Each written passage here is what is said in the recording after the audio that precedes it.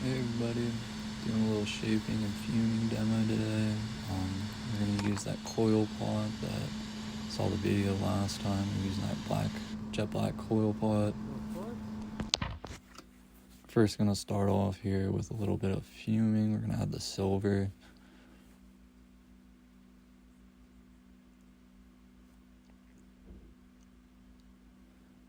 With the silver, I like to add it pretty light. You'll see here as I get in, you'll see me like feather it in and out of the flame. It helps you get like a really even fume. We do have some like heavy spots, but we end up burning that all off at the end here. You'll see. Here we go, burning off all the extra fume that we had.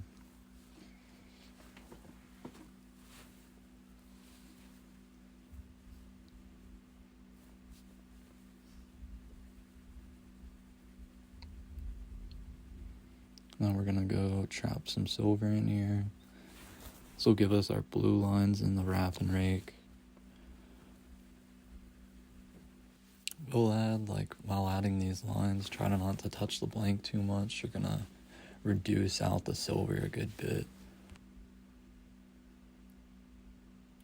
It's really crucial to get that silver all melted in though before you lay these lines. If you don't, you're gonna get like a whited out kind of look.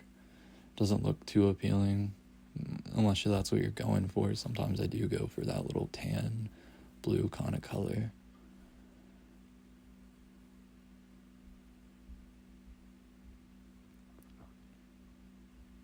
Going in, adding our second line here. I'm gonna go melt it in. Key thing about melting this in is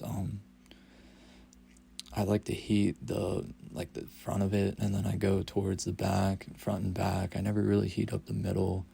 If you do that, you get like a real melted in spot on the wrap and rake, and you want those lines pretty, not like fully melted in, but somewhat melted in.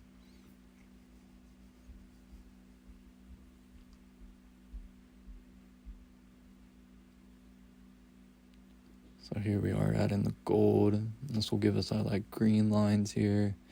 Don't want to go too heavy. If we go too heavy, they end up turning out orange.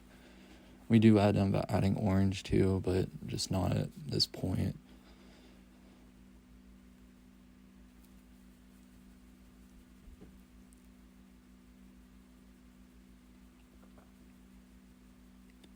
And to get that really green kind of look, I do a really, really tight, small flame for this. It just helps lay it down a lot. It helps you control the lay a lot better. When I go in for the orange, you'll see me crank it up a good bit. But this helps keep it, you don't want to go too heavy on it.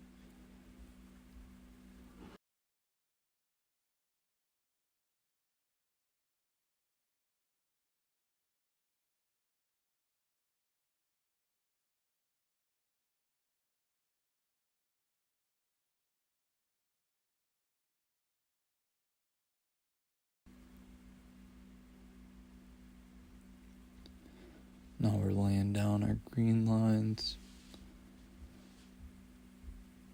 We lay down 2 rows of this. When laying these lines too, make sure you're not touching the flame to the blank at all, or it scuzzes up the gold a good bit. It won't give you the colors you're looking for.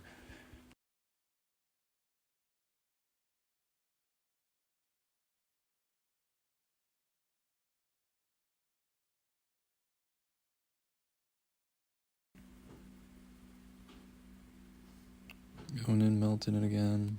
Again, go front, back, front, back. Don't really touch that middle. Keeps the piece all warmed up without really like deforming the lines or anything, or just keeps it all one piece. Keeps it on center as well.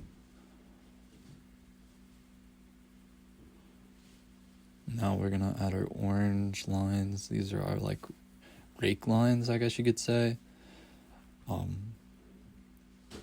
End up going in with a tungsten pick, and then I do the rakes. I just add a little bit of trap of something here, so we end up doing orange here for the gold.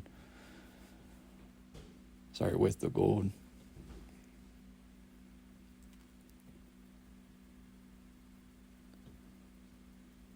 You saw it's pretty, like, it almost looks like you have like just gold laid on top. That's how like thick you want to lay it if you want going after orange.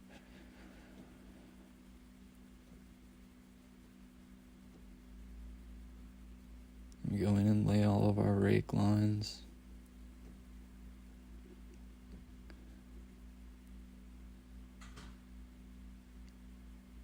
A little heat up.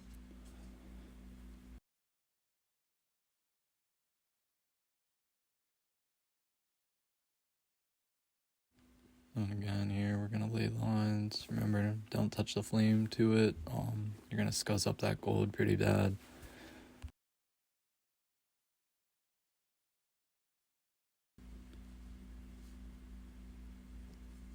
Coming here close to the end of laying all of our lines, and we'll get to raking them. I think once I got to raking them though, sadly the camera started getting a little hot, so I had to shut off on me.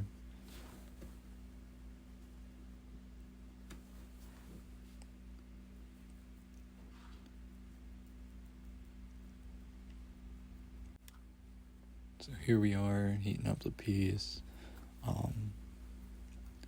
Just getting it all warmed up here because we're about to stress the piece out a good bit when we add the rakes. Same way I do the rakes is the same way I kind of do the heating up. Don't focus much of the heat towards the middle. It's mostly in towards the tip and then towards the blow tube. Then the radiant heat tends to just carry it through, you know what I mean? Do end up guiding the flame through the middle section. Just helps pull those lines, getting everything real nice and hot.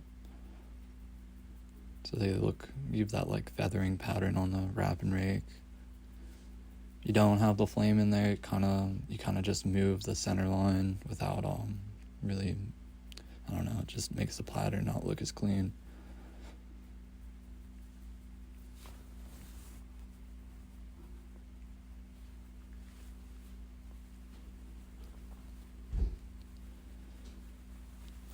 There we go, streaking down a few lines. Now we go into shaping that coil pot we made yesterday, the day before. Setting up a punty right now. Give it a little melt in, give it a little pull. Make sure that's all centered up. If you're not centered here, you're gonna have a rough time.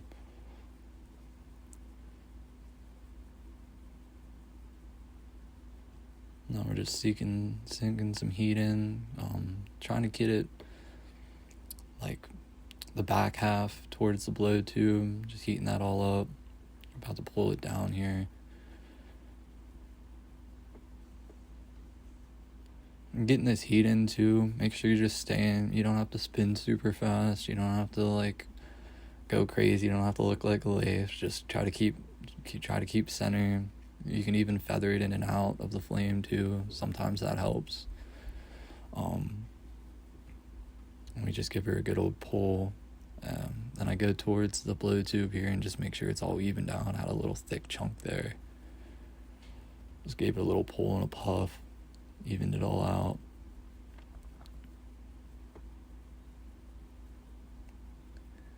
End up making this a flat mouth piece. That's kind of why I don't do like a Maria or anything here. Typically I'd like push a solid Maria here, but doing a little different style today.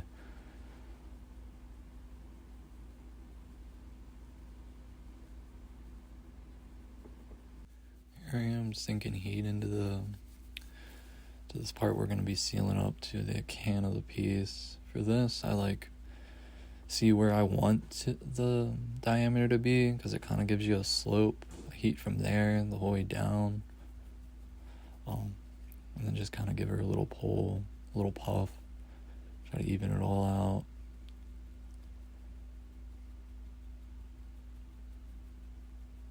And here I am, just finishing it off. Then I'm gonna remove the punty here in a second.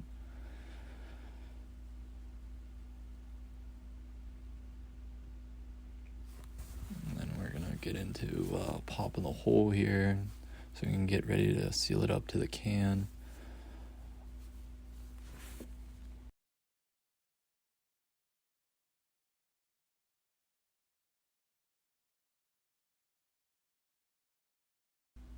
This jet black's a little bit harder to pop like a solid hole into. Kind of have to work with it a few times, try to get the size you want, try to get the even blowout, you know what I mean, like that little even pop. And there we go, got it that time. Gonna remat the hole a little bit.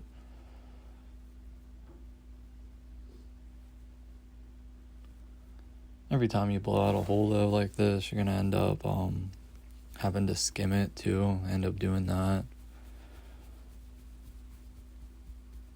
Don't think I showed it. I think the angle is a little weird or something, but I do end up skimming it, make sure it's all level and even. You don't want any extra like little thick spots of glass or anything. And here we are connecting it up to the can. For this, sinking most of the heat into the mouthpiece, just trying to get the can hot enough to where it sticks. Pretty much giving it a little change in angles, making sure it's all level. I give it a little puff here too. Then we go in and make our bridge connection after it looks all good and happy. You're kind of against the race against time here. That probably seal only has like maybe a minute or two. It's not cold, but it's not warm either. So you're kind of in a race against time to get it into the kiln, or you can even hit it with an annealing flame, but sometimes that can be a little tricky. Sometimes you get a little crack from that. I prefer the kiln sometimes, but I think I end up doing the kiln on this one.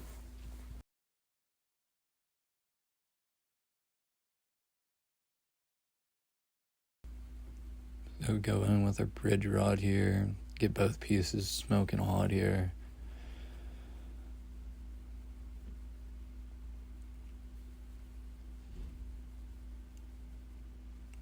You want this bridge to be pretty strong. I also, when I was connecting it to the blow tube there, I also went in with the hand torch and made sure it's all smooth and everything. Really melted it in. Connected the bridge together now. Now I'm gonna make sure since it's all bridge, you can really sink in some heat into where you did those seals. Make sure there's no stress or any scuzz or anything like that. Just make sure it's all nice and smooth, nice angles and everything.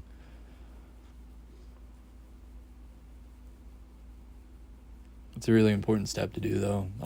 If your bridge isn't strong, it's gonna end up cracking, and then your seal is gonna look all jank.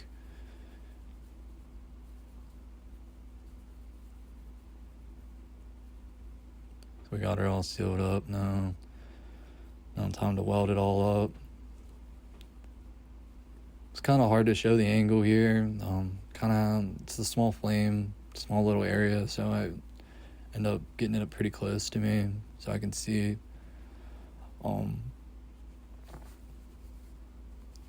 You just go in, meld it all in, make sure all the lines are smooth. I end up doing a few, I work it in quarters, and then I do a few different angles of like puffing it and condensing it. Just make sure it's all smooth, make sure it looks all even. Make sure that like the seal line is also pretty even too. You don't want like blacks sticking way into the can, or have some of the can sticking into the mouthpiece of it.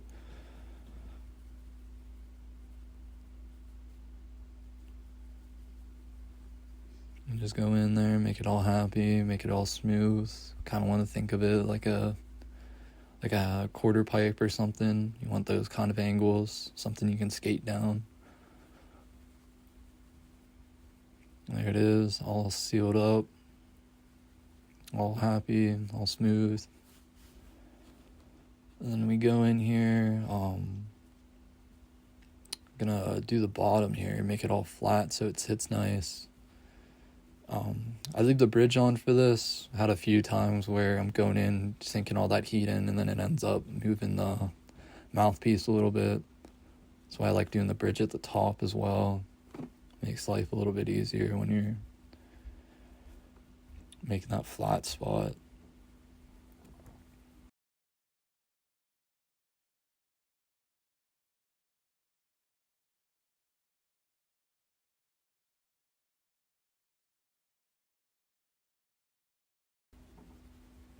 And you'll see me feather it in and out so I don't get, I'm trying to just keep the bottom hot. I don't want anything else to get hot here. I don't want to disform anything or make anything slump, you know.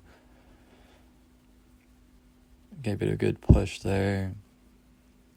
Made sure it's all flat. When you're doing that push too, use the mouthpiece and then guide that down with the mouthpiece. It helps keep the angle and everything nice and clean.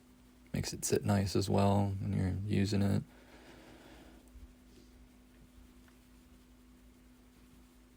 Now we go in and remove the bridge here. First part, just get it real nice and hot, and I just give it a little snip.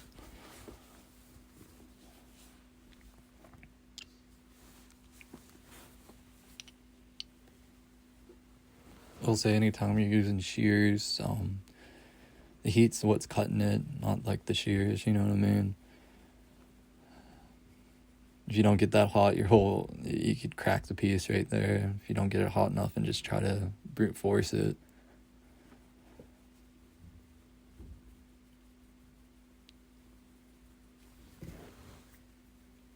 Just melting this off here. End up pulling it off with a rod.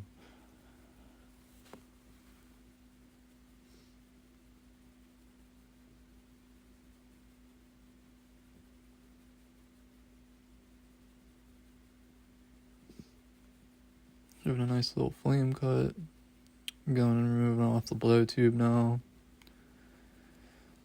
This can, make sure you just heat the top of this. Sometimes you can get a little crack on this, like where the connection is from the blow tube to the piece. Take it nice and slow and bring it into the flame real nice and easy.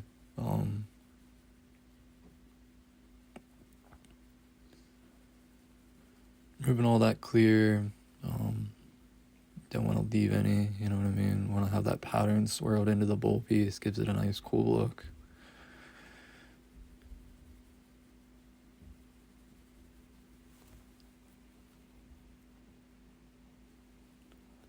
Now I'm just sinking in the heat, giving it a nice puff out, making sure it looks all nice and even.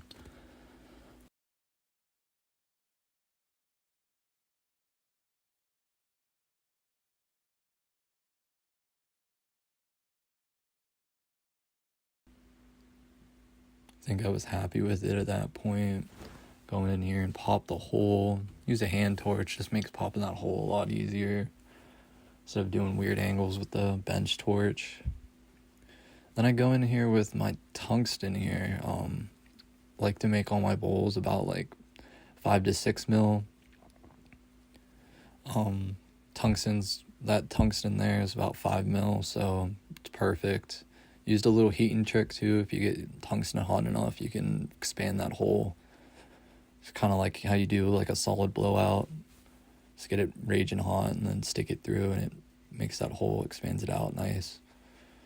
Now it's time to go in with the bowl push. Go into a little bit of a neutral flame. Most of this has been in an oxidizing flame because I'm using Fume. Don't want to like reduce it out at all. Give it a nice little bowl, nice little push there. Give it a few seconds to cool down before you give that push. Don't want to like disform that hole at all. Going with the tungsten again, make sure it's right down the middle. Like to make my bowl hole match the mouthpiece.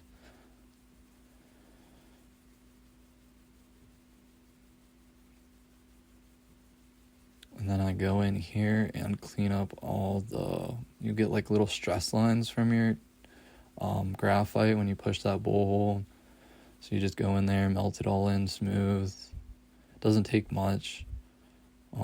I try to keep it downwards too. Don't want to, like, sometimes you can get a little too hot and it will move around on you. So use gravity to your advantage there. Go in here and pop the carb now. Just cover the little bowl hole. Going with my reamer.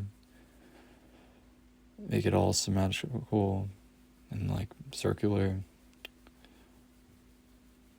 Going in, this is where the mistake is made here on the piece. Used a galaxy implosion here. If you know what galaxy is, it's not very good to use in an implosion. I had the piece check on me in the kiln here. This is the mistake here, but got a nice little cold seal break there and just melt off the cold seal mark.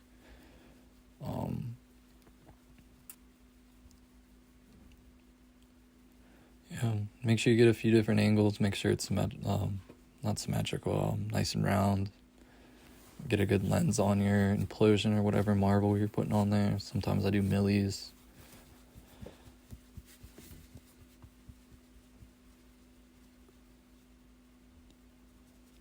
Now, taking my behemoth grabbers here. This is when we go in and make the mouthpiece hole, and then we're gonna flatten it too here. Show a little trick too how I do my mouthpieces. Kind of can't blow a hole here, you know what I mean? You have all those holes blown out. So I end up grabbing it and giving it a good little pull here, and it just stretches out, thins it out pretty good. Then you just crack off that extra tubing. It's thin enough where you can just smack it and it'll fall off.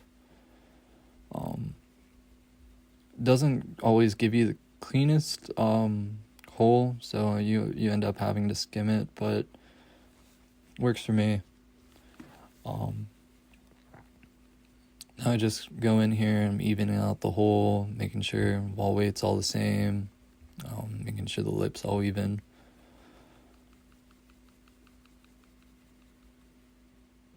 And this is like an important step. This is like what the person interacts most with on the pipe, so you want to make the mouthpiece pretty clean.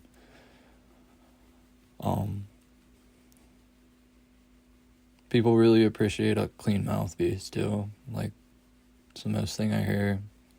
They prefer a clean mouthpiece. Now we're gonna flatten it here, so we go in with a real soft flame here. Same kind of flame I used to like bend rod and stuff like that. Bend rod and tube.